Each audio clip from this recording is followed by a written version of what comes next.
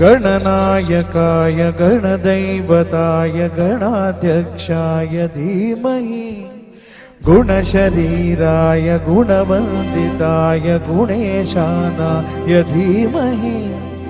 गुणाधीताय गुणाधीशाय गुणप्रविष्टाय धीमहि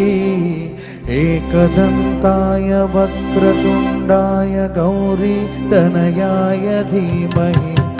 गजेशानाय भालचन्द्राय श्रीगणेशाय धीमहि एकदन्ताय वक्रतुण्डाय गौरीतनयाय धीमहि गजेशानाय भालचन्द्राय श्रीगणेशाय धीमहि